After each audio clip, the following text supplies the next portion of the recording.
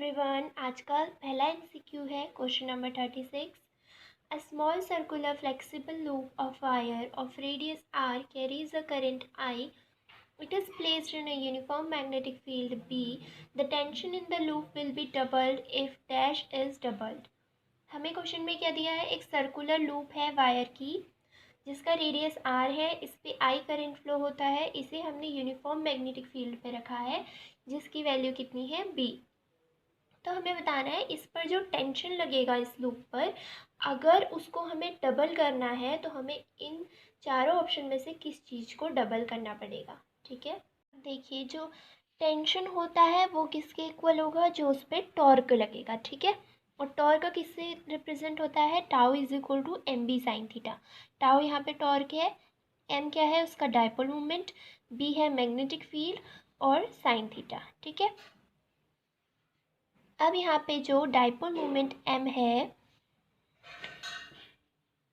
तो जो dipole moment m है वो होता है आई ए के इक्वल. आई जहाँ पे करंट है, तो इसलिए अगर मैं I को इंक्रीज़ करूँ, मीन्स I को डबल कर दूँ, तो मेरा क्या है? टेंशन डबल हो जाएगा. ठीक है, तो इसका करेक्ट आंसर हो जाएगा ए ऑप्शन. नेक्स्ट क्वेश्चन देखते हैं. Equal current is being pass through two very long and straight parallel wires in the same direction. They will dash each other. दो हमारे पर पैरेलल वायर्स हैं जो कि क्या है? बहुत ज़्यादा लॉन्ग है.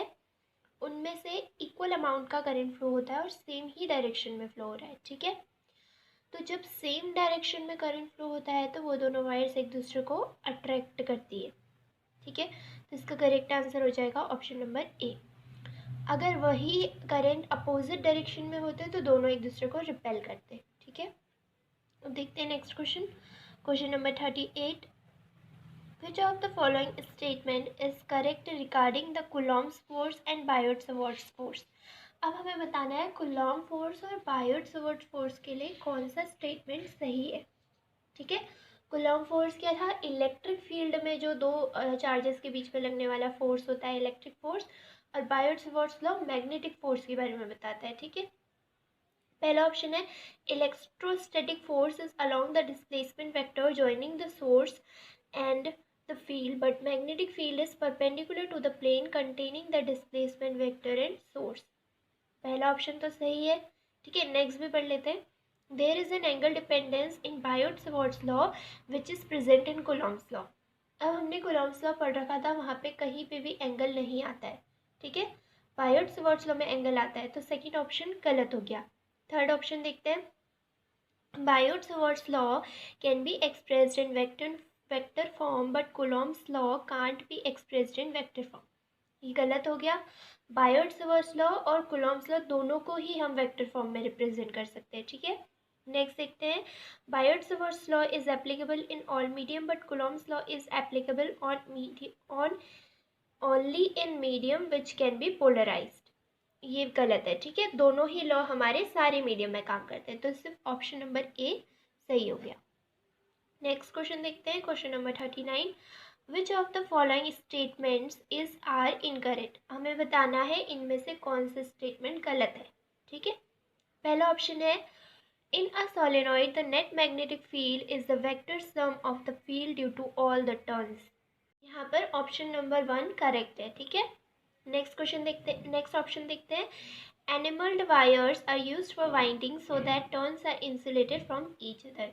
देखिए सोलेनॉइड्स में हमें क्या यूज़ करना पड़ता है? Insulating wire. ठीक है, और एनिमल्ड वायर्स का मतलब क्या है? हम क्या करेंगे, किसी भी कॉपर या किसी भी वायर को बाहर से ऐसे थिन कोट से कोट कर देंगे जिससे कि वो इंसुलेट हो जाए. ठीक है, इंसुलेटिंग मटेरियल से कोटिंग कर देते हैं, तो वही चीज़ है. तो बी ऑप्शन भी सही हो गया.